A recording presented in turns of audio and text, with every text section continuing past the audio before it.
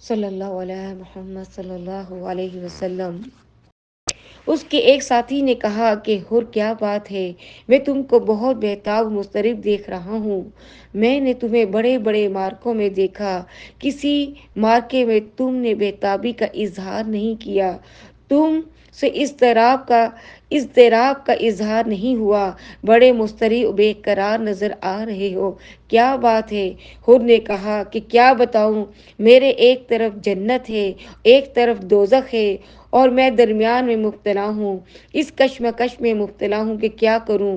ایک قوت ہے جو مجھے دوزخ کی طرف کھینچ رہی ہے، اور ایک قوت ہے جو مجھے جنت کی طرف کھینچ رہی ہے۔ یہ کہتے ہی اس نے اپنے گھوڑے کی ایڑیاں ماری اور یزیدی لشکر سے نکلا۔ یہ کہتے ہوئے نکلا، ہو سکے تو جنت میں ہی جانا چاہیے۔ ہر حر یزیدی لشکر میں سے نکلا۔ یہ نعرہ حر کا تھا جس وقت فوج شام سے نکلا کہ دیکھو یوں نکلتے ہیں جہنم سے خدا والے۔ ہزاروں میں 72 تن تھے تسلیم و رضا والے، 72 تن تھے تسلیم و رضا والے، حقیقت میں خدا ان کا تھا، یہ تھے خدا والے۔ جب کسی نے وطن پوچھا تو یوں حضرت نے فرمایا، مدینے والے کہلاتے تھے، اب ہے کربلا والے۔ حسین ابن علی کی کیا مدد کر سکتا تھا کوئی، یہ خود مشکل کشا تھے اور تھے مشکل کشا والے۔ دوائے در عیسیاں پنجتن کے در سے ملتی ہے، دوائے در عیسیاں پنجتن کے در سے ملتی ہے، زمانے میں یہی مشہور ہے دارالشفا والے۔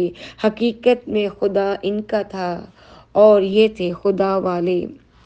حر یزیدی لشکر میں سے تھا، کسی ایک کے آ جانے سے اضافہ نہیں ہو جاتا، ان کی ہر طرف ہزاروں تھے، اگر ہزاروں میں سے اگر ایک نکل آئے تو فرق نہیں پڑتا، چند افراد میں ایک بڑھ جائے تو فرق نہیں پڑتا۔ بات یہ تھی، حر تھا جنتی، کھڑا تھا دوزخیوں میں تھا، نیک بخت کھڑا تھا بدبختیوں میں کھڑا تھا۔ امام پاک کی بصیرت افروز نگاہ نے دیکھا، حقیقت نگاہ نے جب دیکھا کہ ہے جنتی کھڑا ہے دوزخیوں میں، تو امام عالی مقام گئے اور پکارا، یہی ان کا پکارنا نکلنے کا سبب بنا تھا۔ تو امام عالی مقام گئے، آپ کی پکار نے اس کے لیے جنت کی راہیں روشن کر دی، اور یزیدی لشکر سے نکلا، امام عالی مقام کے سامنے آ کر کہنے لگا، اے ابن رسول، آپ نے فرمایا ہے کہ ہے کوئی ایسے نازک وقت میں آل رسول کی مدد کر کے جنت میں جانے والا؟ حضرت میں حاضر ہوں، اگر میں آپ پر اپنی جان قربان کر دوں، قیامت کے روز آپ کے نانے کی شفاعت نصیب ہوگی؟ آپ نے کہا، انشاءاللہ۔ اس نے کہا کہ آپ دعا کیجئے کہ اللہ تعالیٰ میری پچھلی خطاؤں کو معاف کر دے، میری کوتاہیوں سے درگزر فرمائے، میں آپ پر اپنی جان قربان کرنے جا رہا ہوں۔ حر تلوار نیلام سے نکال کر یزیدی لشکر میں گئے۔ عمر بن سعد نے کہا کہ دیکھو، یہ ہماری فوج کا سالار تھا، یہ دشمن کے ساتھ مل گیا ہے، اس نے ہمارے ساتھ بغاوت کی ہے، اس کو وہ سبق دو کہ آنے والی نسلیں بھی یاد رکھیں۔ تمام یزیدی ٹوٹ پڑے اور حضرت حر نے بھی زور کا حملہ کر دیا۔ آپ کا حملہ کیا تھا؟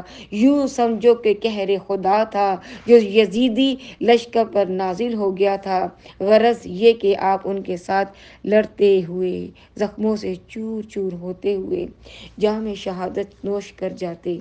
حضرت حر کی شہادت کے بعد امام عالی مقام سامنے حضرت عقیل کے فرزند حضرت مسلم کے بھائی کھڑے تھے، اجازت طلب کر رہے تھے۔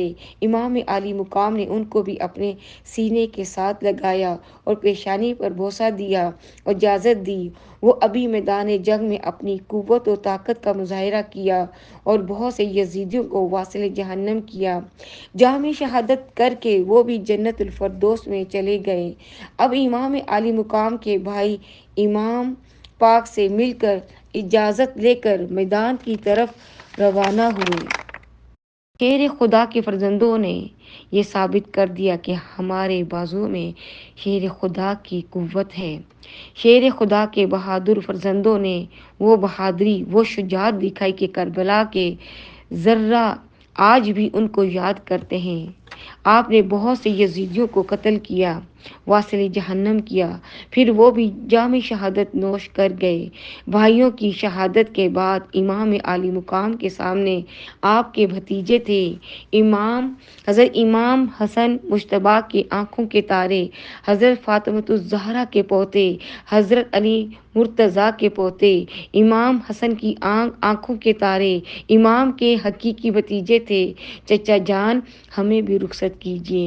جب آپ نے اپنے بھتیجوں کو دیکھا، آنکھیں اشک بار ہو گئیں۔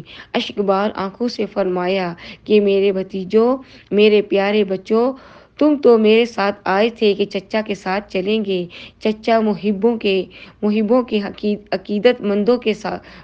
عقیدت مندوں کے ہاں جا رہے ہیں، ہم بھی ساتھ چلیں گے کہ چند دن خوشی کے مریدوں کے ہاں گزاریں گے۔ بچوں، میں تمہیں اپنے ساتھ تلواریں کھانے کے لیے نہیں لایا تھا۔ سنو، یہ لوگ میرے خون کے پیاسے ہیں، تمہارے خون کے نہیں۔ میں تمہیں اجازت نہیں دیتا، تم خیموں میں چلے جاؤ، ماؤں بہنوں کے ساتھ مدینہ منورہ چلے جانا۔ لیکن بھتیجے اصرار کر رہے تھے۔ چچا جان، ہمیں اپنے ہاتھوں سے رخصت کیجیے اور اپنے ہاتھوں سے جنگ کی طرف روانہ کیجیے۔ جنت الفردوس میں پہنچنے کے لیے بے قرار ہیں۔ چچا جان، 3 دن کی پیاس نے بہت ستایا ہے، اب تو دل یہی چاہتا ہے کہ جلدی سے جنت الفردوس میں پہنچ کر اپنے ابا جان کے ہاتھوں سے جام کوثر کے جام پئیں اور اپنی پیاس بجھائیں۔ شہادت میں سرشار تھے۔ امام عالی مقام نے ان کو بھی سینے سے لگایا، پیار کیا اور اشک بار آنکھوں سے اپنے بھتیجوں کو رخصت کرنا شروع کیا۔ حضرت علی کے پوتے حضرت حسن کی آنکھ کے تارے میدان کربلا میں ہدایت کے تارے بن کر چمکے۔ اللہ اللہ، یزیدیوں کے ساتھ مقابلہ ہوا، بہت سے یزیدیوں کو واصل جہنم کیا، پھر بھی زخموں سے چور چور ہو کر جام شہادت نوش کر گئے۔ اب امام عالی مقام کی آنکھوں کے سامنے کون کھڑا تھا؟ آپ کا وہ بھتیجا جس کی امام عالی مقام کی بیٹی حضرت سکینہ کا مستقبل وابستہ تھا۔ حضرت قاسم تھے، 19 سال کے نوجوان حضرت امام کے بھتیجے تھے۔ حضرت سکینہ کی منگنی ہوئی تھی۔ جب آپ نے اپنے اس جوان بھتیجے کو دیکھا، حضرت سکینہ کے ہونے والے سرتاج کو دیکھا، تو آپ پھوٹ پھوٹ کر رونے لگے۔ فرمایا، بیٹا، میں تمہیں کس طرح رخصت دوں؟ میں تمہیں کس بات کی اجازت دوں؟ کیا اپنے جسم پر تیر کھانے کی اجازت دوں اور تمہیں تلواریں کھانے کی اجازت دوں؟ میرے بھائی حسن کی آرزو یہ تھی کہ سکینہ کا نکاح تم سے کر دیا جائے، میرے بعد مدینہ منورہ میں جا کر سکینہ سے نکاح کر لینا۔ حضرت قاسم کہہ رہے تھے کہ چچا جان، ان کی ایک خواہش اور تھی۔ چچا جان، ابا جان نے میرے گلے میں ایک تعویذ ڈالا تھا کہ وصیت کی تھی کہ بیٹا، اس تعویذ کو اس وقت کھول کر پڑھنا جب بہت بڑا مصیبت کا وقت ہوگا، اس سے بڑھ کر مصیبت کا وقت کوئی نہیں۔